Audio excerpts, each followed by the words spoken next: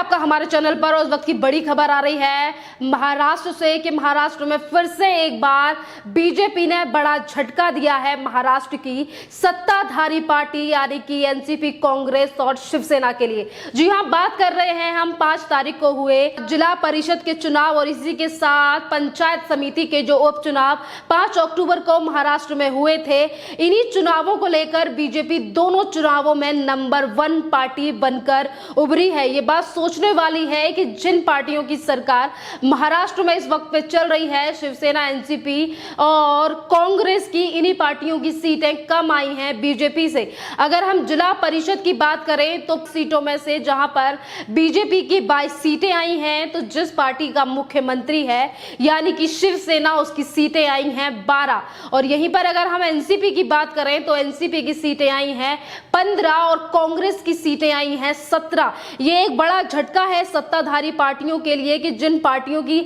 सरकार महाराष्ट्र में पिछले 2.5 साल से चल रही है और आज उन्हीं पार्टियों का ये हाल है। इस बात से साफ ये बात जाहिर होती है कि महाराष्ट्र की जो जनता है वो कितनी परेशान है इन तीनों पार्टियों की सरकार से यानी कि महाविकास अघाड़ी सरकार से। अगर यहीं पर हम पंचायत समिति के उपचुनावों की बात करें जो कि 144 सीटों पर चुनाव हुए थे, इसमें भी बीजेपी ने बढ़त बनाई हुई है और बीजेपी दोनों ही चुनावों में नंबर 1 पार्टी बनकर उभरी है। जहां पर एक तरफ बीजेपी की तरफ से धन्यवाद किया जा रहा है जनता के लिए कि धन्यवाद है महाराष्ट्र की जनता का, जो महाराष्ट्र की जनता ने विश्वास दिखाया है बीजेपी के लिए। एक बड़ा झटका है ये सत्ताधारी पार्टी के लिए जो बार बार पे बड़े बड़े वादे तो करती है और बड़ी बड़ी चीजें भी उद्धव ठाकरे यानी कि चीफ मिनिस्टर ऑफ महाराष्ट्र वो काफी ज्यादा बार कहते हैं कि हमारी जो सरकार है वो 25 सालों तक ही चलेगी। और अभी जमीनी स्तर के चुनाव ही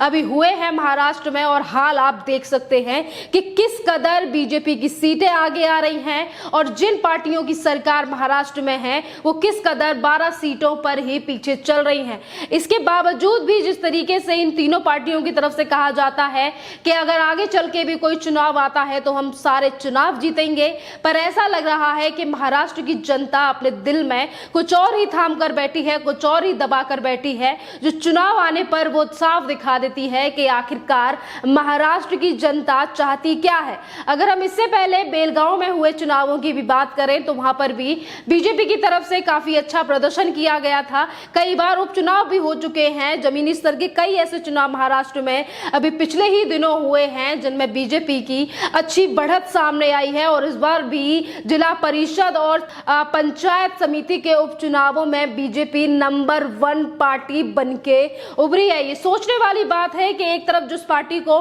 साइड करके और तीनों पार्टियों ने मिलकर सरकार बनाई और आज जनता उसी पार्टी को प्यार दे रही है और इतनी ज्यादा सीटें आज बीजेपी की आ रही हैं। अगर महाराष्ट्र के अलावा हम गुजरात की भी बात करें तो अभी पिछले दिनों गुजरात में भी जिस तरीके से चुनाव हुए हैं,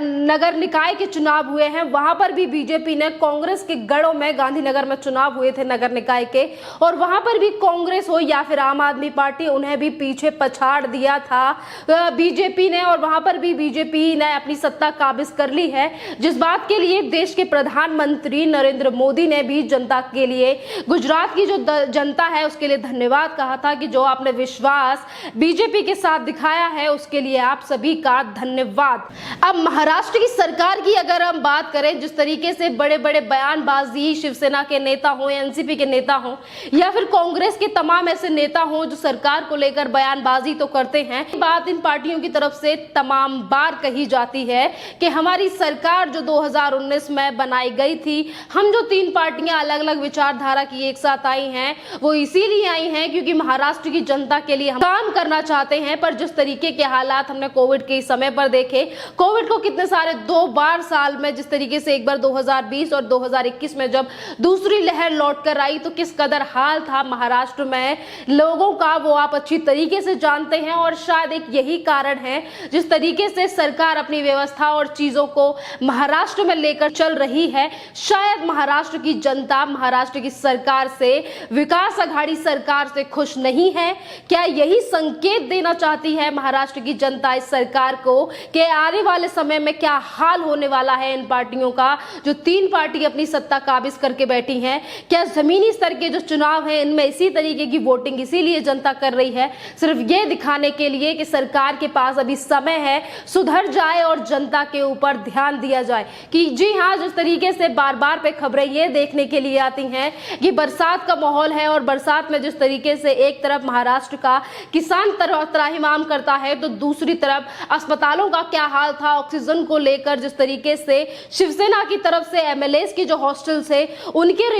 रिन्यू करवाने के लिए 900 करोड़ लगाए जा रहे थे। और एनसीपी के नेता अजीत पवार की तरफ से ये खबरें आ रही थी कि सोशल मीडिया पर 6 करोड़ रुपए लगाए जाते हैं, वो भी सिर्फ एडवर्टीजमेंट के लिए, अजीत पवार के लिए। तो शायद ऐसी तमाम ऐसी चीजें हैं जिसका ये कारण है कि महाराष्ट्र में जो सत्ताधारी पार्टियां हैं और 3 पार्टियों की जो सरकार है वो इस कदर डाउन होती जा रही है और जनता जो अपना विश्वास है वो इन पार्टियों से हटाकर बीजेपी के साथ जुड़ती जा रही है। जी हाँ, क्योंकि तमाम ऐसी बातें हैं जो सोशल मीडिया पर आजकल होती हुई दिख रही हैं और जनता जिस तरीके से बातें कर रही है महाराष्ट्र की सरकार को लेकर, तमाम आए दिन जब जिस तरीके से चीजें त्राहिमाम कर रही है, तमाम लोगों को कोविड के समय पर जिस तरीके से प्रोटोकॉल का पालन नहीं किया जाता, एक व्यक्ति को अस्पताल जाने के लिए किस कदर पैदल जाना पड़ा था और अस्पतालों में आए दिन ऑक्सीजन की कमी और आग लग रही थी, पर उसके बावजूद भी प्रशासन और सरकार का क्या हाल था वो महाराष्ट्र की जनता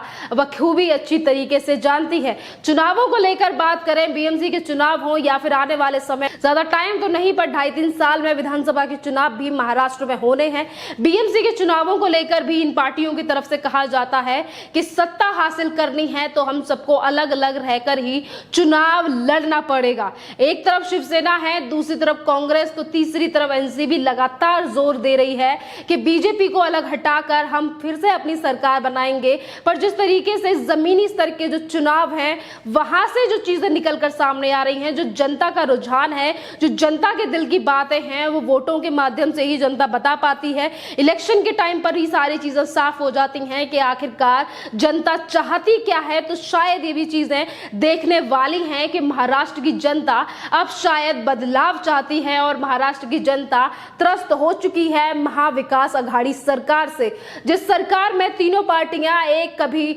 जिस तरीके से सरकार बनाने पर जोर दिया जाता है कि कभी कैबिनेट को लेकर लड़ाइयां होती हैं, कभी नेताओं को लेकर लड़ाई होती हैं, कभी तीनों पार्टियों के नेता आपस में गुटबाजी करते हैं, तो कभी एक दूसरे के खिलाफ बोलबाजी की जाती है, पर कभी भी जनता के मुद्दों को लेकर बात इस सरकार में करते हुए लोग नहीं दिखाई दिए। जिस तरीके से एक तरफ संजय राउत बयान देते हैं तो दूसरी तरफ से अजीत पवार का बयान आता है, तो तीसरी तरफ से नाना पटोले की तरफ से बयान, आपस में जिस तरीके से तल्ख टिप्पणी तीनों पार्टियों की आपस में होती है, जनता को नहीं नजर आ रहा है कि आखिरकार महाराष्ट्र की जनता के लिए महाविकास आघाड़ी सरकार ने क्या काम किया है। अगर हम जिला परिषद या फिर पंचायत समिति के उपचुनावों की बात करें तो बीजेपी की तरफ से धन्यवाद किया गया है और वहीं पर एक तरफ बड़ा झटका लगा है उद्धव ठाकरे के लिए। एक और बात सोचने वाली है कि महाराष्ट्र की जनता की तरफ ध्यान ना देने वाले उद्धव ठाकरे आज लखीमपुर की बातें कर रहे हैं और शायद यही बड़ा कारण है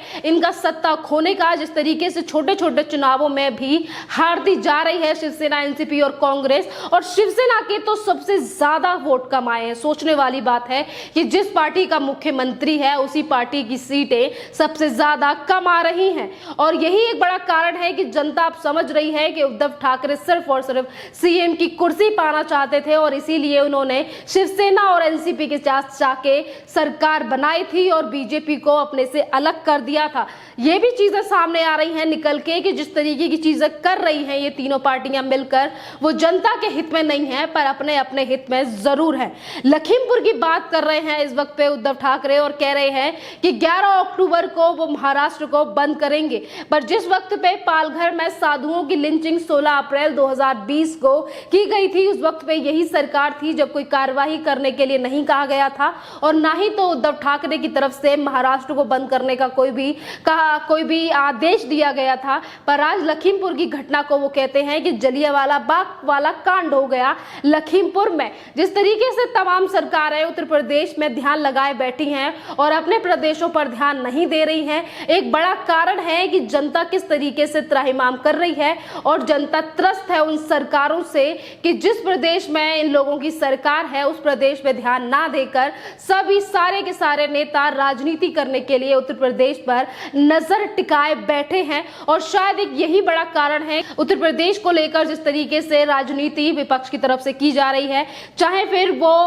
राजस्थान के सीएम अशोक गहलोत हो, छत्तीसगढ़ से आने वाले भूपेश बघेल हो या फिर पंजाब के सीएम चरणजीत चन्नी हो। तमाम जो विपक्ष की सरकार है वो अपने राज्यों पे ध्यान देने की बजाय सिर्फ उत्तर प्रदेश या फिर बीजेपी शासित राज्यों पर ध्यान दे रही है और यही एक बड़ा कारण है कि ये सारी चीजें जो हैं वो इनके खुद के राज्य में एक हार की वजह बन रही हैं, क्योंकि जनता त्रस्त है और जनता के लिए काम कोई किया नहीं जा रहा है। अपनी सत्ता और राजनीति करने के लिए ही विपक्ष ने अपनी सरकारें छत्तीसगढ़ से राजस्थान और महाराष्ट्र की बात करें या फिर राजस्थान की बात करें, इन जगहों पे बना रखी है। खैर, आने वाले समय में चुनाव आने वाले हैं, जनता जानती है और आंखें आजकल सभी की खुली हुई हैं। जनता सोच समझ के और विकास के नाम पर वोट देती है और राजनीति करने वाले लोगों को किस कदर साइड किया जाता है वो हम जिला परिषद के चुनावों में महाराष्ट्र में इस वक्त पे देख ही रहे हैं और बीजेपी को नंबर 1 बनाने का शायद एक यही बड़ा कारण है। और भी अपडेट्स के लिए बने रहिए हमारे चैनल के साथ। धन्यवाद।